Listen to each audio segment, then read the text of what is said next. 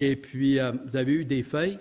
On va regarder dans 1 Pierre, chapitre 3, le verset 18, comme base, comme tremplin. On aura un moment de prière, puis ensuite, on va passer à l'exposé. C'est sur le péché originel, le dernier, une sorte de bref récapitulation avec beaucoup d'autres versets qu'on n'a pas vus dans le passé, dans les soirs. Je fonctionne beaucoup, va avoir besoin de votre aide, parce qu'il y a beaucoup de versets.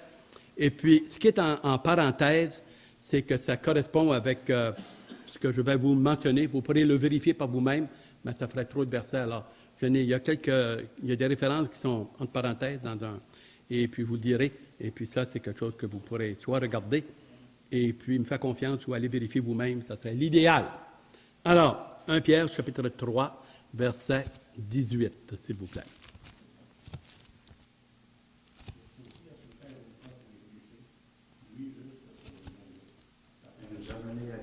Il a été mis à mort quant à la chair et rendu vivant quant à l'esprit. Merci.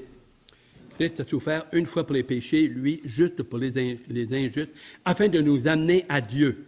Il a été mis à mort quant à la chair, rendu vivant quant à l'esprit, comme il a été souligné. Beau passage. Si vous l'aviez, on va prendre un petit moment, baisser la tête et on va aller dans la prière.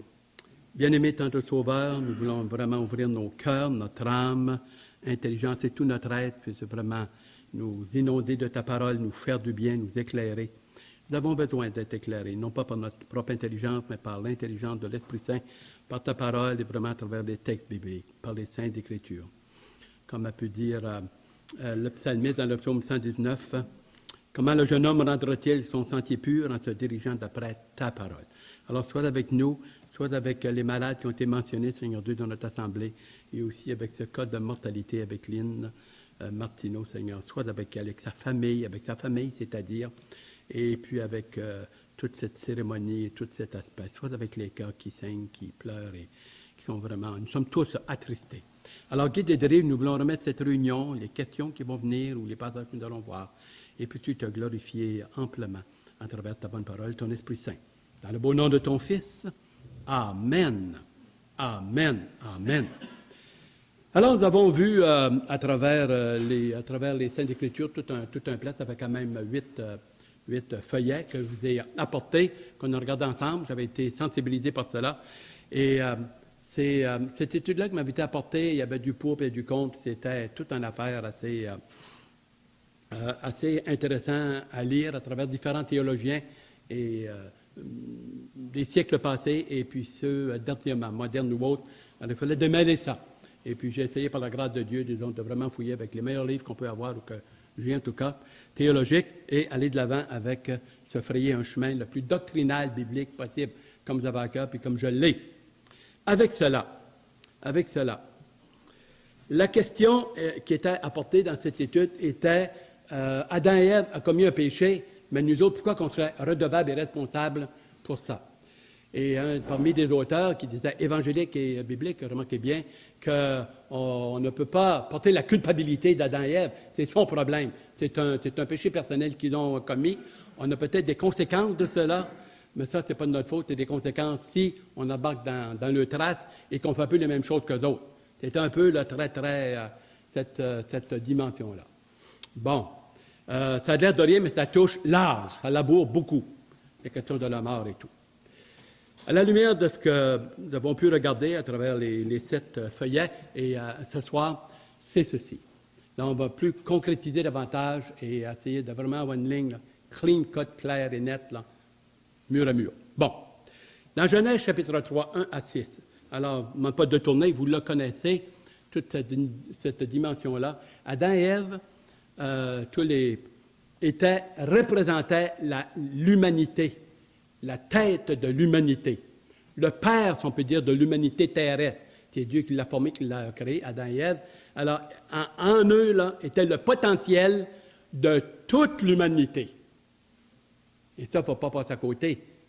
Et vous allez voir que ça a un rapport avec Jésus-Christ. De tout. Ils avaient une certaine liberté. Ils connaissaient Dieu, en amour avec Dieu. Ils ne connaissaient pas le mal. Ils avaient quand même une intelligence redevable, responsable, avertie, un test d'amour. Ils étaient en probation. en probation. Et s'ils avaient obéi, avec le temps, Dieu les aurait donné la permission de manger de l'arbre de la vie éternelle et ils n'auraient pas eu à mourir. Et avec ce corps, il est fait où on pourrait vivre éternellement, avant le péché. Il y a maintenant une grosse différence entre Genèse 1 et 2 et aujourd'hui. Grosse différence. Il s'est passé quelque chose. Il y a eu la désobéissance. Voici ce qui nous semble le plus possible, ce que je peux lire et saisir, et j'ai quand même brouté là-dessus, là.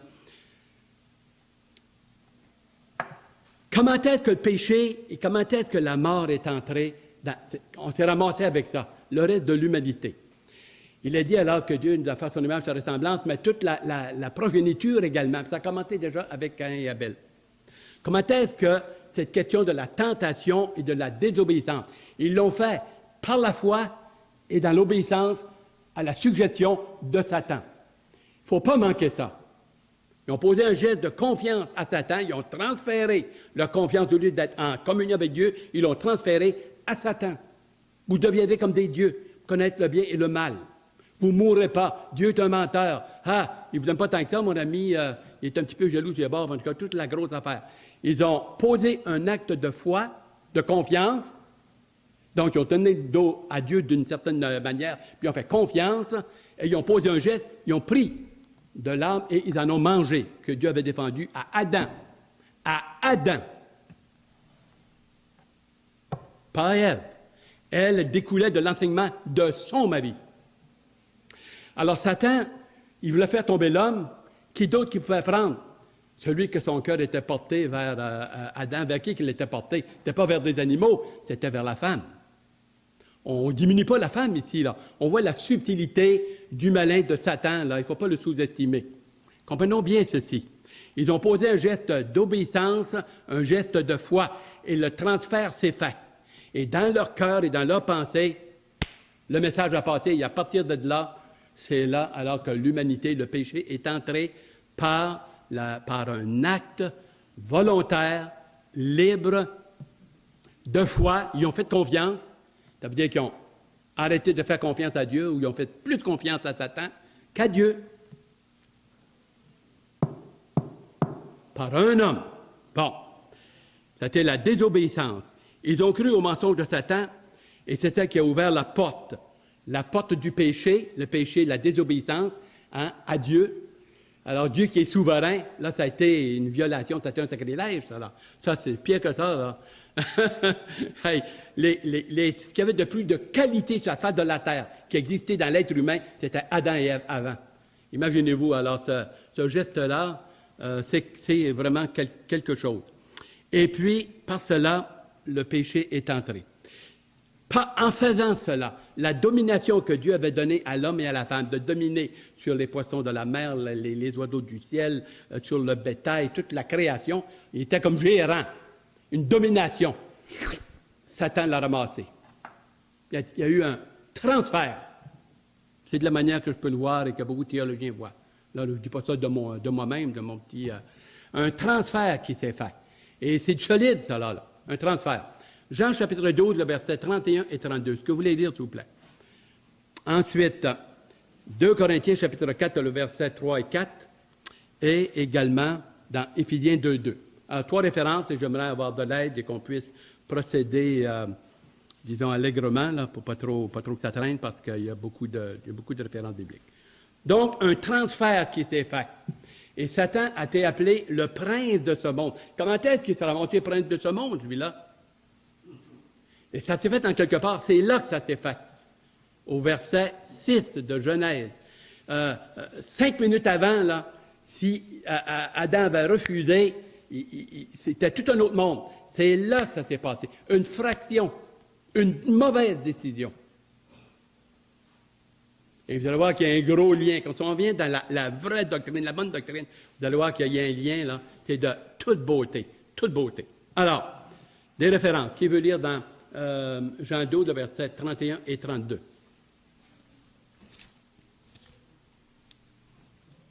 C'est dans le Nouveau Testament.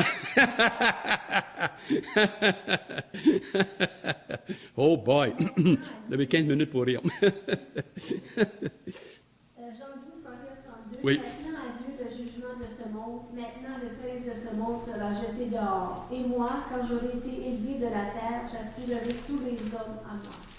Merci. Alors ici, il y a deux choses. Nous voyons que le transfert, là, c'est dans Genèse chapitre 3, le verset 6. C'est là qu'il s'est fait. C'est là qu'il s'est fait. Ensuite, on vous a donné 2 Corinthiens chapitre 4, le verset 3 et 4. Et pendant que vous tournez, je veux juste vous mentionner quelque chose. C'est là, le Seigneur lui-même il parle de Satan, du prince de ce monde. Et on n'oublie pas que la tentation de Matthieu chapitre 4, le verset 1 à le verset 6 et 7, là, Satan dit, là, si tu veux m'adorer, là, tous les royaumes de la terre, là, je vais te les donner. Certains ont dit, c'était un mensonge, Satan, et il ne ment pas tout le temps, vous savez. Dans le sens, là, des fois, il cite des versets bibliques, tout croche, là, mais quand il a dit, là, c'est pas pour rien que j'ai cru l'appeler le prince de ce monde. Il l'était. Il a conquéri le cœur du monde. Il a conquérir le cœur du monde, après ça. Comment est-ce que le monde, c'est le système de ce monde. La manière qu'on fonctionne, la manière qu'on agit, c'est le potentiel de l'être humain. Alors, ici, quand il est dit, par exemple, verset 32, « Et moi, quand j'aurai été élevé de la terre, j'attirerai tous les hommes à moi. » Il y a 2 explications qu'il est données ici. Si jamais vous avez des questions, on va peut-être les anticiper, là. Si vous avez 2 questions. Premièrement, ou bien, ou bedon, c'est que le Seigneur parle ici qu'il va attirer à lui tous les chrétiens lors de l'enlèvement ou des choses semblables. Ou bien, ce qui peut être encore plus solide, c'est que par la résurrection de Jésus-Christ, tous les êtres humains vont ressusciter à cause de sa résurrection. Et tu prends littéral, textuel, et on a bien des passages pour ça dans 1 Corinthiens 15, on le verra. Le verset 45 et 46. OK. Qui veut lire 2 Corinthiens, chapitre 4, versets 3 et 4, s'il vous plaît? L'Évangile est encore voilé, il est voilé pour ceux qui périssent, pour les incrédules dont le Dieu de ce siècle a aveuglé l'intelligence afin qu'ils ne vissent pas briller la splendeur de l'Évangile de la gloire de Christ, qui est l'image de Dieu. Merci. Là, maintenant, il est appelé le Dieu de ce monde. C'est quand même... et c'est pas un mensonge ici, là. Ça, c'est du solide. Et on a également dans Éphésiens 2:2, le prince de la puissance de l'air. Et je me suis souvent tracassé là-dessus. Satan est appelé le prince de la puissance de l'air. Je me dis, c'est quoi au monde cette affaire-là? C'est un peu, c'est-il, je ne sais pas trop, là. L'Internet, les ondes de radio, tu sais. Au fond, il est le prince qui travaille dans l'invisible, en arrière, dans l'ombre. Ça pourrait être d'autres. En notre temps, en 2013, on dirait, là, celui qui travaille là, en arrière, dans les coulisses. On ne le voit pas, il est invisible, il est là. C'est la Bible qui nous le dit. La parole de Dieu. Les anges, je ne les ai jamais vus, ni Satan non plus en personne. Mais il travaille, et tous les démons, et avec tous ses acolytes. Alors, il est appelé le prince de la puissance de l'air, le Dieu de la puissance de l'air. C'est là que le transfert s'est fait, c'est à partir de là, et toute l'humanité en lui. La Bible dit que par un homme, toute l'humanité a péché en lui. Et c'est de là que la grosse affaire est partie, la grosse bébelle. Et ça n'a pas surpris Dieu du tout. Il n'a pas tombé à terre du tout. Avant même d'apporter la sentence, il a apporté une promesse d'espoir et de lumière. Genèse 3, le verset 15. Genèse 3, le verset 22, il les a chassés du jardin d'Éden, pas du paradis. Le paradis, ça, c'est au ciel. Il les a chassés du jardin d'Éden. À cause de sa sainteté, mais dans son amour et de sa grâce, sa compassion, il a continué à lui parler. La même chose que Caïn, meurtrier, il a continué à lui parler. Et dans toute cette dimension-là. Bon. Ensuite, il y a eu la promesse, comme je vous ai mentionné. Tournons dans Romains chapitre 5, versets 12 à 14. Romains chapitre 5, versets 12 à 14. Et puis, s'il y a des questions, prenez note. Et quand on va passer, je veux essayer de finir et puis vous donner l'occasion d'apporter des points que vous aimeriez éclaircir pour vous-même ou pour nous autres, pour l'ensemble de la réunion. Romains chapitre 5, versets 12 à 14, 17 à 19. On peut aller jusqu'à 21. J'ai marqué jusqu'à 19, on peut aller jusqu'à 21. Romains 5, versets 12 à 14. C'est pourquoi, comme par un seul homme, le péché est entré dans le monde. À quelle place il est entré? C'est là. Hein? Alors, vous apprendriez de nouveau. Et par le péché, la mort. Ça a ouvert la porte. Il y avait un pied à l'intérieur dans le cœur de l'homme, l'être humain, et ça a été la mort spirituelle, séparation. Dieu les a chassés, et la séparation spirituelle, la mort spirituelle, ça a été également éventuellement le corps. Pourquoi que tous meurent, même les bébés? Tu n'as pas répondu à ça, là. Pourquoi que l'être humain, un petit bébé qui vient de naître, qui est même parfois, et peu importe l'âge, alors c'est une condamnation mur à mur. Mur à mur. Je veux dire, c'est assez spécial. On s'en est fait passer une petite en bas de la ceinture. Oui et non. Ça a l'air à ça. Mais si on reste juste dans Genèse 3, 4 et 5, puis que tu vois tout le marasme sur la face de la terre, il y en a, en tout cas, des inconvertis, ils montent le point à Dieu, puis ils ne sont pas très, très contents. Une sorte de Dieu. Il faut que tu vois la fin. Il faut que tu vois le cheminement et la grâce de Dieu et la fin. Fais juste rester là, tu peux rester jamais. Mais il faut que tu vois l'ensemble et comprennes. Il y a toute une doctrine ici. Là. Toute une doctrine. Donc, on continue. Le péché et la mort. Et qu'ainsi la mort s'est étendue sur tous les hommes. Étendue sur tous les hommes. Parce que tous ont péché. En Adam. 13. Car jusqu'à la loi, le péché était dans le monde. Ah, ça, c'est la loi de Moïse, là, puis alors même avant la loi, le péché était dans le monde. Or, le péché n'est pas imputé quand il n'y a point de loi. Cependant, la mort a régné depuis Adam jusqu'à Moïse, même sur ceux qui n'avaient pas péché par la transgression semblable à celle d'Adam, lequel est une figure de celui qui doit venir. Deuxième Adam. 17 à 19. Si par l'offense d'un seul, la mort a régné par lui seul, c'est ce qu'elle fait présentement. C'est pour ça que notre sœur Lynn, puis moi, puis toi, puis chacun de nous, on a dit, il n'y a pas beaucoup de monde qui échappe à la mort. Ça dure longtemps. 17. Si par l'offense d'un seul, la mort a régné par lui seul, à plus forte raison, ceux qui reçoivent l'abondance de la grâce et du don de la justice régneront-ils dans la vie par Jésus-Christ, lui seul. Ainsi donc, comme par une seule offense, la condamnation a atteint tous les hommes, sans exception. De même, par un seul acte de justice, la justification qui donne la vie s'étend à tous les hommes. Possibilité, par la mort de Christ, par sa venue dans son corps, le Seigneur est mort pour tous les hommes. Maintenant, il y a dans nos milieux, dans les cercles évangéliques, qui vont dire que le Seigneur est mort juste pour ceux qui, alors, sont sauvés, que Dieu va appeler, que Dieu va... des choses semblables. Moi, je pense que c'est une erreur. C'est pas fait méchamment. C'est fait dans nos milieux, parmi et tout ça. Mais il est mort pour toute l'humanité. Comme dans le premier Adam, l'humanité a tombé, on équilibre les choses ici. La grâce de Dieu. Christ est mort pour l'humanité. Totale. Totale. Ici, là, ce n'est pas de l'hocus-pocus, c'est du solide. Car, comme par la désobéissance d'un seul, la désobéissance d'Adam, d'un seul homme, beaucoup ont été rendus pécheurs. De même, par l'obéissance d'un seul, beaucoup seront rendus justes. Tous ne se convertiront pas et tous ne mourront pas. Ah non? Non, il y en a qui ne passeront pas par la mort lorsque le Seigneur va venir en chercher. Ceux qui sont vivants, il va y avoir une métamorphose, et puis on monte, on n'aura pas tout pourrir dans la terre ou dans des cendres. Alors, il faut bien saisir cela. C'est subtil, mais c'est là quand même. C'est là quand même. OK. Et dans ce passage. Or, la loi est intervenue pour que l'offense abonde. Pourquoi que Dieu a donné la loi de Moïse? C'est juste pour amplifier davantage, montrer comment est-ce qu'on n'était pas capable d'accomplir la loi. Et ainsi, Dieu va pouvoir se glorifier davantage. Comment? Par sa grâce et son pardon. Là où le péché a abondé, la grâce a surabondé. Tu te bats toi, avec, tu luttes ou tu colles, un petit colleté qu'on appelle, disons, avec un petit enfant de 5-6 ans, tu le jettes à terre. Sylvain fait ça. C'est pas très, très glorieux.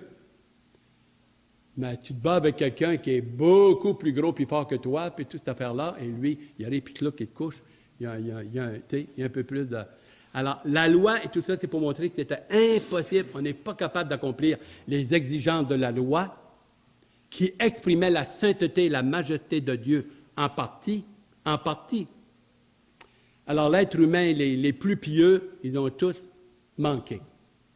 La grâce qui présente, elle est présentée à tous, et tous pourraient se convertir. Ah oui, là, vous allez dire, hey, mon ami, un instant, ceux qui sont dans la brousse, puis hey, on a tous regardé ça, là. On regarde tout ce soir. C'est ce soir, là, qu'on vraiment, là, on va au fond de la canette. Vous y croyez pas? Hey, il y a des... On va y aller, vous allez voir.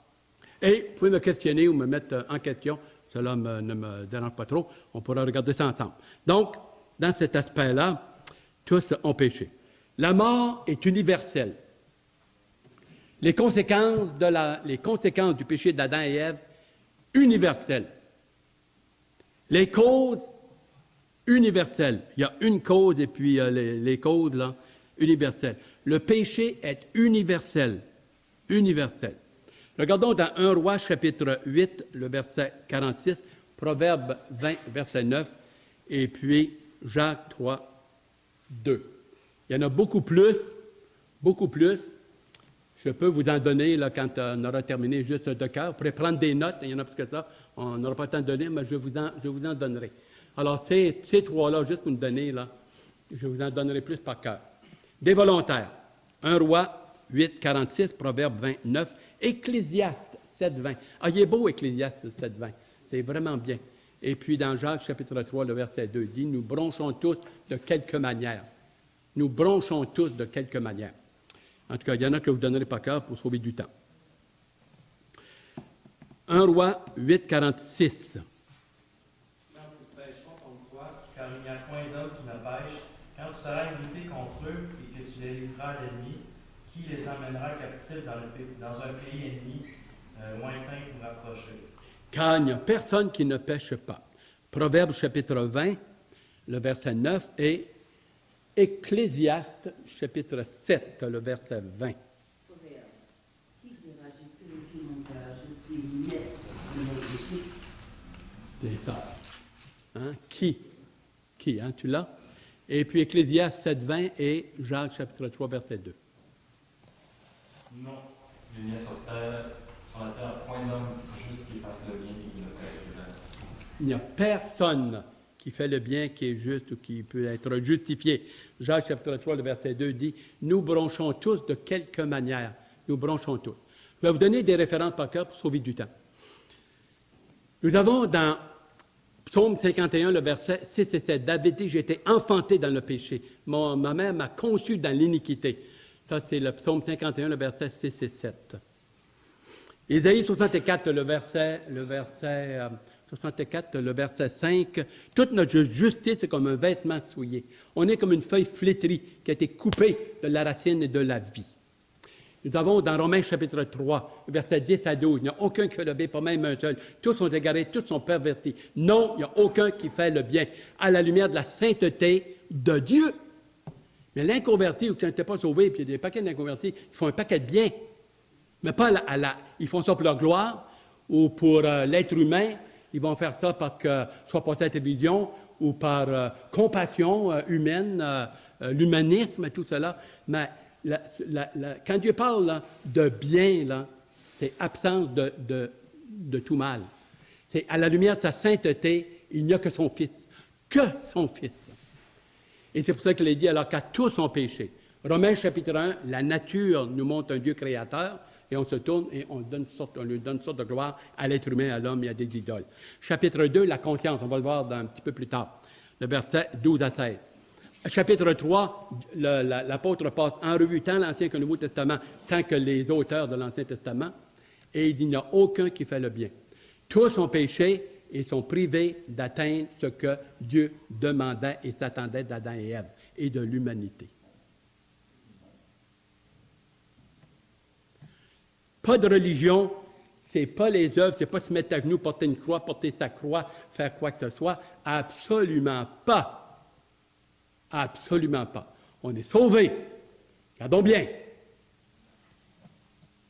On est sauvés par pure grâce, dans la compassion, la miséricorde de Dieu, dans son amour. Dieu est un Dieu d'amour, un Dieu rationnel, un Dieu qui veut se communiquer, qui est fusionnel, qui est en communion avec sa créature, et Dieu ne perd jamais la face, d'une part. Et Dieu nous a sauvés sur la base que Christ est mort pour nous justifier. Par la justice et sur la base de la fidélité de Dieu le Père vis-à-vis du Fils. Premièrement, il n'a pas sauvé parce qu'on fait pitié. Ça s'est passé entre le Père et le Fils. Tous les passages qui parlent du salut, vous allez voir que le passage parle à cause de sa justice, à cause de sa fidélité. De sa fidélité. Oui, Dieu nous aime. Mais la vraie, et tu vas au fond du cœur de Dieu, c'est pour sa gloire et pour magnifier sa grâce, son amour, sa gloire, sa magnificence. Dieu cherche sa propre gloire et la gloire de sa grâce.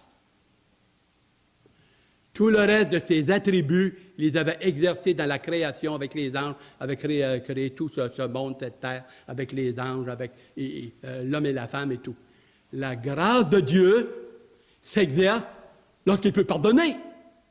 S'il n'y a pas de pardon, comment va-t-il exercer sa grâce et sa miséricorde et sa fidélité? Ça s'est passé à l'intérieur de la Trinité. Pensez-y, c'est profond, ça, là. Ça ne vient pas de moi, c'est profond. Il faut fouiller là-dedans, c'est quelque chose. Et c'est vrai qu'il y a eu l'amour, il y a tout cet aspect-là, mais la base, finalement. Hey! Posez une question, elle est bonne, celle-là. À quelle place, à quel moment que les péchés de l'humanité ont été pardonnés? Réfléchirez là-dessus. Je pourrais vous le donner ce soir, je ne le ferai pas, je vais me le faire passer un petit peu pour ceux qui se tracassent un peu. À quand il a monté vers la montagne, est-ce que quand il a monté sur la croix, est-ce que c'est dans le jardin de Gethsémane? C'est où là, que ça s'est passé? Où ça s'est passé? Quand?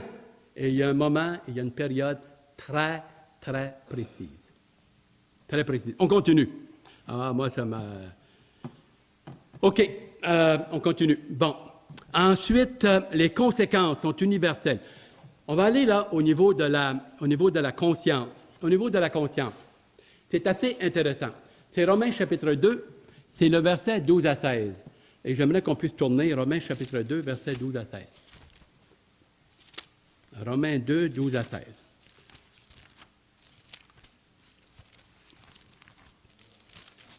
Qu'est-ce qui arrive avec ceux qui sont dans la brousse, ceux qui ont toutes sortes de religions, toutes sortes de sectes, les musulmans, les Indiens, les Hindous, les Inuits, ceux qui sont en Gaspésie, peu importe sur la face de la terre. Dieu peut dire dans Ézéchiel, « Si vous me cherchez de tout votre cœur, je me laisserai trouver. » Vous me chercherez et vous me trouverez. C'est une promesse de Dieu, ça. Quand Dieu promet quelque chose, he mean business. Soyons sûrs. Ben oui. Ézéchiel. Alors, regardons ici. Romains chapitre 2, le verset 12 à 14. 12 à 14. Bon. 2, 12 à 14. Tous ceux qui ont péché sans la loi périront aussi sans la loi. Hein, la loi de Moïse là, et de l'Ancien Testament et dans Exode chapitre 20, là, le verset 1 à 16, les 10 commandements. Tous ceux qui ont péché avec la loi seront jugés par la loi. Ce ne sont pas en effet ceux qui écoutent la loi qui sont justes devant Dieu. Justes devant Dieu? Oui. Lorsqu'on se convertit, Dieu nous déclare juste. Juste. Juste. Justifié. Hein, le verset 13. Ceux qui écoutent la loi sont justes devant Dieu, mais ce sont ceux qui la mettent en pratique qui seront justifiés. Quand les païens, les non-juifs, n'ont pas la loi, font naturellement ce que prescrit la loi, ils sont, eux, qui n'ont point la loi, une loi pour eux-mêmes. Ils montrent que l'œuvre de la loi est écrite dans leur cœur, leur conscience en rendant témoignage et leurs pensées s'accusant ou se défendant tour à tour. C'est ce qui paraîtra au jour où, selon mon évangile, Dieu jugera par Jésus-Christ les actions secrètes des hommes. Il n'y a pas un homme sur la face de la terre qui n'a pas de conscience. La conscience est universelle. Si je suis d'un pays, d'une place où j'ai une religion, j'ai des affaires comme ça, la loi, la conscience est une loi pour chaque individu universelle. Par exemple, loi morale. Loi morale. Par exemple, ne pas tuer un autre être humain sans raison, là, ou s'il essaie de te tuer. Hein? Tuer ton enfant, voler, mentir, frapper quelqu'un, juste là, par vengeance ou par sa tante. Hein? Moi, il casse la gueule. Là. Alors, dans toi, dans l'être humain, dans ta conscience, dans ton intelligence, dans ta personne de toi-même, où il est dit dans Matthieu 7, le verset 12, on appelle ça la règle d'or, ne pas faire à l'autre ce qu'on ne voudrait pas qu'on te fasse, faire à l'autre ce que tu voudrais qu'on te fasse. C'est un principe inné, ancré à la naissance. Chaque individu sur la face de la terre. Chaque individu. Et s'il n'y a pas la Bible, s'il n'y a pas il n'y a pas eu l'Ancien Testament, il n'était pas juif, chose semblable, ça va être sur cette base-là que Dieu alors va aller le chercher. Et quelqu'un qui vraiment commence à regarder le cosmos, commence à regarder les étoiles, le soleil, commence à se regarder de la manière qui fonctionne, il est pour lui-même son propre témoignage. Il commence à partir de là, il peut commencer à réfléchir.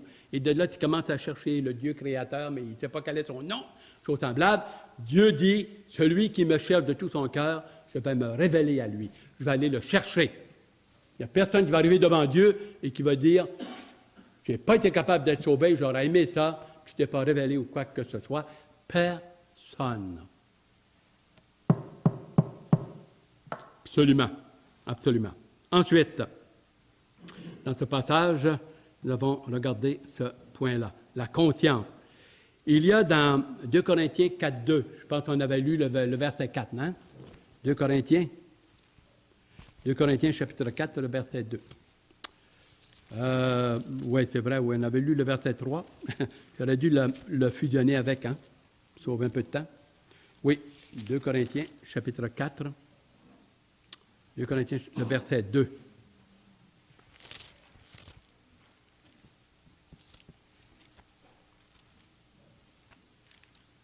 « 2 Corinthiens 4, 2. Est-ce que vous l'avez? « Nous rejetons les choses honteuses qui se font en secret. Nous n'avons point une conduite astucieuse et nous n'altérons point la parole de Dieu. » Ce qui se fait en secret. Ce qui se fait en secret. Personne, il est dit dans Romains chapitre 3, le verset 20 et 21, toute bouche sera fermée.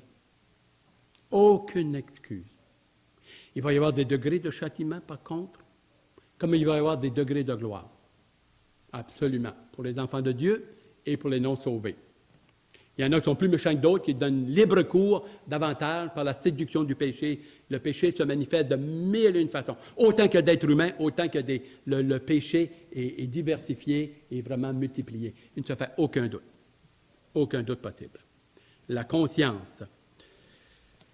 Il y a 3 passages que je vous ai mis, on ne les lira pas, ça parle de la conscience. Une bonne conscience, une conscience pure, et le passage dit dans Tite, chapitre 1, le verset 15, « Tout est pur pour celui qui est pur, et tout est impur pour celui alors que sa conscience est polluée, et qui est souillée, et qu'elle est souillée. » Et la référence qu'on donne avec ça, c'est Matthieu 15, 16 à 20. Tout ce qui sort de l'homme, ce que l'homme fait avec son corps, ça vient de l'intérieur de sa pensée, de sa nature pécheresse, et il l'exprime. Il l'exprime. Il y avait, là, comment il s'appelle, celui-là, le raconteur d'histoire, là. On ne veut pas le savoir, on veut le voir. Ils vont des champs. Eh bien, Jacques dit, écoute, Paul dit, on est sauvé par la grâce et par la foi, et la foi, c'est invisible, c'est à l'intérieur. Jacques dit ceci, montre-moi ta foi sans les œuvres, c'est-à-dire que tu as les deux.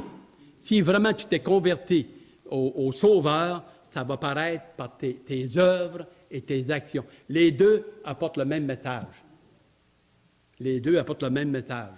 Spurgeon disait ceci, et ça, je l'ai bien aimé. C'est simple, hein, comme bonjour, mais ça, tu ne manques pas. Quand tu témoignes, il y a 2 questions que tu pourrais poser. Je ne sais pas si tu as volé 25 cents ou quoi que ce soit. Laisse faire ça. Qu'est-ce que Christ a fait pour toi? Alors là, quelqu'un qui n'est pas sauvé et qui n'est pas clair, là, tu le salues, il va dire une affaire, il va patiner. Deuxième question, qu'est-ce qu'il a fait dans ta vie et en toi?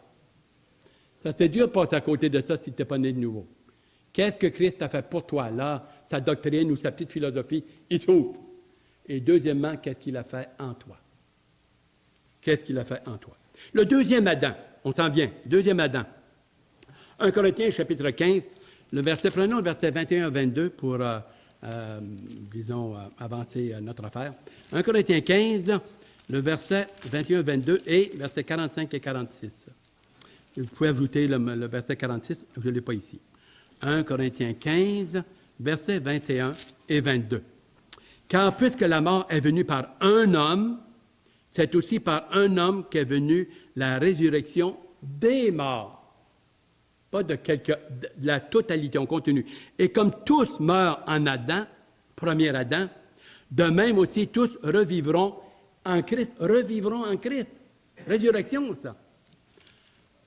Ou résurrection pour aller dans la présence de Dieu, résurrection pour aller au trône blanc. Apocalypse chapitre 20, versets 11 à 15. Mais chacun en son rang. Christ, comme prémisse, lors de sa résurrection, et un petit groupe est monté avec lui. Puis ceux qui appartiennent à Christ, et je crois que c'est vous, puis c'est moi, puis vous faites confiance, et on croit vraiment qu'on est né de nouveau. Dieu a transformé notre vie, notre façon de penser, de voir, d'agir, de voir le monde, de se voir, l'espérance, la joie, le bonheur, la parole. Écoute, c'est vraiment une nouvelle créature, intérieure, morale, spirituelle, et ça va se développer davantage. Il n'y a pas d'amen ici? Merci Seigneur. Puis, ensuite viendra la fin. Et c'est là. Puis, ensuite viendra la fin. Versets 45 et 46. C'est pourquoi il est écrit, le premier homme Adam, devint une âme vivante, un corps physique. Comme a eu Jésus-Christ d'ailleurs. Parfaitement homme. Parfaitement chair. Dieu s'est fait chair. Chef-d'œuvre extraordinaire qui s'est jamais vu dans la Trinité et qui ne se verra jamais.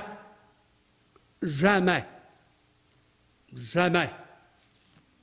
C'est la grâce de Dieu et sa gloire et à l'intérieur de la Trinité qu'ils ont réglé le problème de l'être humain. Le Père, le Fils et le Saint-Esprit. Absolument. Absolument. Le verset 45. C'est pourquoi il est écrit, le premier homme Adam devint une âme vivante. Le deuxième Adam est devenu un esprit qui donne la vie, qui communique la vie. Jésus-Christ. Et vous avez ça comme référence dans Jean 5, 21 et 24. Je vous le donne comme ça, là. Et on le verra dans quelques moments dans Jean 17, et bien des passages. Avec la venue de Jésus-Christ, la venue vraiment, Dieu s'est incarné, il y a eu l'incarnation. Sa vie d'obéissance et de foi et d'humilité. Il a pu dire dans Jean 8, 29, « Le Père ne m'a pas abandonné, même si on me malmène, là, je suis mal mené, le Père ne m'a pas abandonné. Et le Père ne m'a jamais abandonné parce que je fais toujours ce qui lui est agréable. » Jean 8, 29, dans le passage. Sa vie d'obéissance, de foi, sa mort et sa résurrection. La résurrection fait partie intégrale et absolue du salut et de mon salut et de ma résurrection. Paul pouvait dire, si Christ n'est pas mort ou s'il n'est pas ressuscité, on est fini, on est coulé, on a perdu notre temps et notre foi, on serait mieux de faire ce que disent les païens, mangeons et buvons, car demain nous mourrons. Ça, c'est dans 1 Corinthiens 15, verset 22-28. Vous pourrez le regarder. Verset 28. Cinquièmement, les cinq bienfaits que Dieu dispense pour nous. Et on a encore pour une dizaine de minutes. Il nous fait de nous, par la nouvelle naissance, enfants de Dieu, héritiers et co-héritiers de Christ. Jean 3 et 5, vous connaissez, il faut naître de nouveau. Romains 8, 16 et 17 en volontaire. Galates 1, chapitre 1, 12 et 14, s'il vous plaît. 2 références. Alors, Jean chapitre 3, verset 3 à 5, c'est le passage de Nicodème. Dieu dit, il faut naître 2 fois. La première fois, nous le sommes, mais la deuxième fois, c'est spirituellement, naître dans la famille de Dieu. Et avec cela, ça apporte des bénédictions extraordinaires. Extraordinaires. héritier de Dieu et co-héritier de Christ. Tout ce que Dieu a et possède, il va le partager avec sa famille spirituelle. Ça, c'était le plan, le cœur, le but que Dieu, quand il a créé Adam et Ève dans Genèse chapitre 2. No doubt about it. Ça, là, ça, c'est right on. Right on. Alors, qui veut lire dans Romains 8, versets 16 et 17 et Galates chapitre 1, 12 à 14. L'Esprit lui-même rend témoignage à notre esprit que nous sommes enfants de Dieu. Or, si nous sommes enfants, nous sommes aussi héritiers, héritiers de Dieu et co-héritiers de Christ, si toutefois nous souffrons avec lui afin d'être glorifiés avec lui. Être glorifié avec lui, on va être glorifié avec lui. Le même corps qu'il a, c'est le même corps qu'on va avoir. Le potentiel qu'il a avec son corps, on va avoir le même potentiel. Pas à un niveau divin, mais très proche. C'est impensable. Ça nous dépasse. Dans Colossiens, il dit, c'est une espérance qu'un ange de Christ qui va au-delà de toute espérance de ce qu'on aurait pu imaginer et espérer. Too much. C'est trop. On n'est pas capable de l'absorber. C'est trop. C'est un autre monde. C'est une autre dimension. C'est un autre monde, là. La grâce de Dieu et l'amour de Dieu et le pardon et ce que Christ a accompli en venant sur la terre et prendre l'humanité et l'élever à un niveau extraordinaire. Ah, quand je pense à ça, là, moi, ça vient me chercher. Ça vient me chercher au bout, mon ami. Quand je vis ces passages-là, dans le jour, là, j'ai du temps à maths, je suis toujours là-dedans. Là. Moi, je flotte, là. Je flotte, je suis tellement heureux, là. Je vous souhaite la même chose. Je veux croire que vous autres aussi. On flotte de bonheur, là. Hein? Comme dit le cantique, je vis d'espérance, d'amour et de foi, et mon cœur s'élance vers toi, divin roi. Grande est ma faiblesse, mon indignité. Mais dans ta tendresse, tu m'as racheté. Racheté. C'est un rachat qui ne se calcule pas. Il ne se calcule pas. Alors, est-ce que vous avez lu dans Galates, chapitre 1, versets 12 à 14? Oui. Ensuite, il y aura... Oui, Galates 1, 12 à 14. Car je ne l'ai ni reçu ni appris de l'homme, mais une révélation de Jésus. Vous avez su, en effet, qu'il était autrefois ma conduite dans le judaïsme. Comment je persécutais en tout outrage et ravageais l'Église de Dieu. Et comment j'étais plus avancé dans le judaïsme que beaucoup de ceux de mon âge. OK, je vois, imaginez-vous, c'est la seule erreur que Flamme voulait faire ce soir. Écoutez, c'est Galates 4, finalement, 6 et 7, je vais vous lire.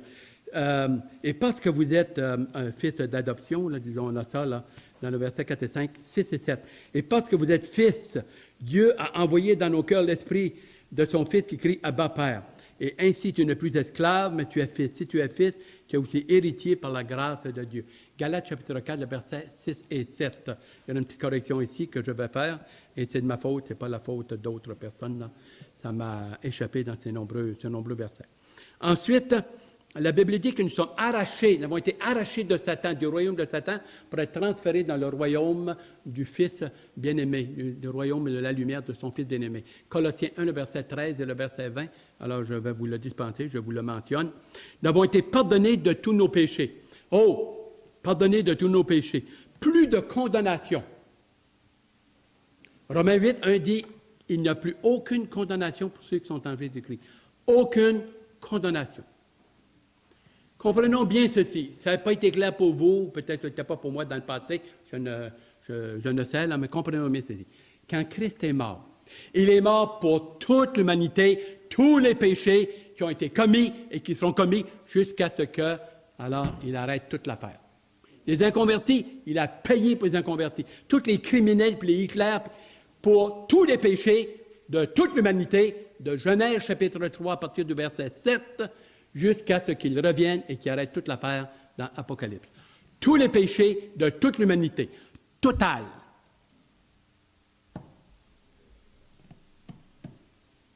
Ça en fait du pardon. C'est un prix, ça. C'est un prix, ça.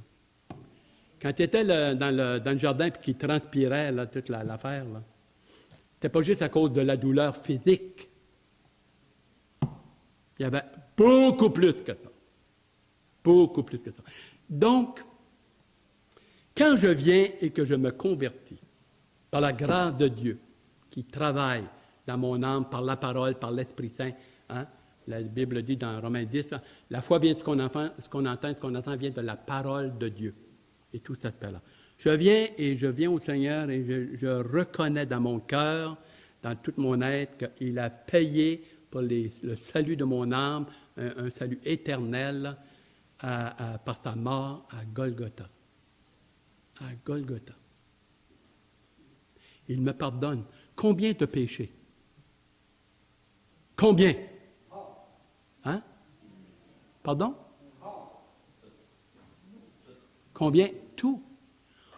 Quand on vient au Seigneur, quand on t'a dit « Pardonne-moi parce que j'ai couru avec une petite fille, je me suis saoulé, j'ai sacré, j'ai volé, je ne sais pas trop, le gouvernement, c'était l'affaire. » Puis commence à développer tout un catalogue. « Hey, si je fais ça, savez-vous quoi? Je perds mon temps. » C'est déjà pardonné. Il le sait. Tous les péchés de l'humanité ont été placés comme sur lui et il a absorbé tout le poids, la condamnation et ce que la justice du Père demande, il l'a absorbé.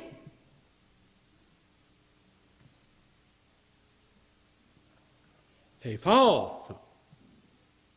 Et pourquoi Dieu me pardonne? Parce que je fais pitié?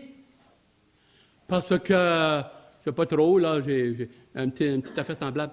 À cause que son Fils a obtenu et a satisfait la justice du Père.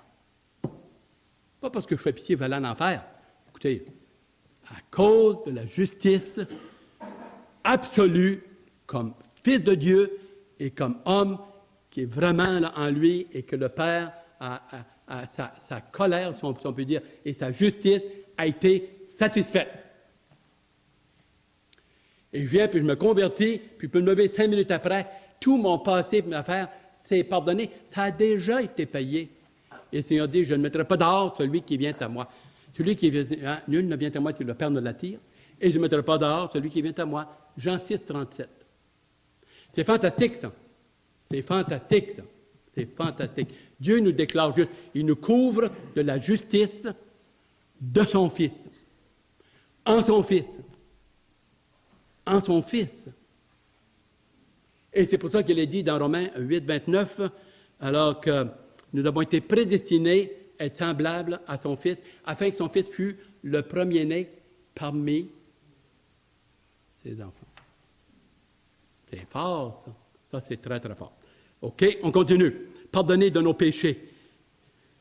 Plus de condamnation. Racheter du péché de l'esclavage.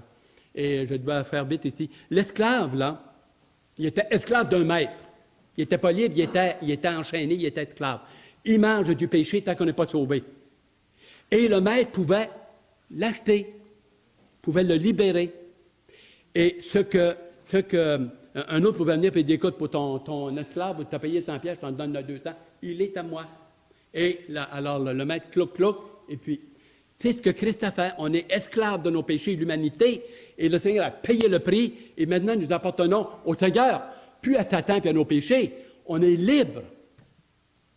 Et appartenant au Seigneur, le Père nous adopte dans sa famille, et alors, nous sommes pour ça qu'on peut dire Père, notre Père, mon bon Père du ciel, et de manière personnelle, on lui appartient. On n'est plus esclave du péché, la Bible dit que nous sommes esclaves de Christ. Mais c'est un esclavage en Christ qui libère.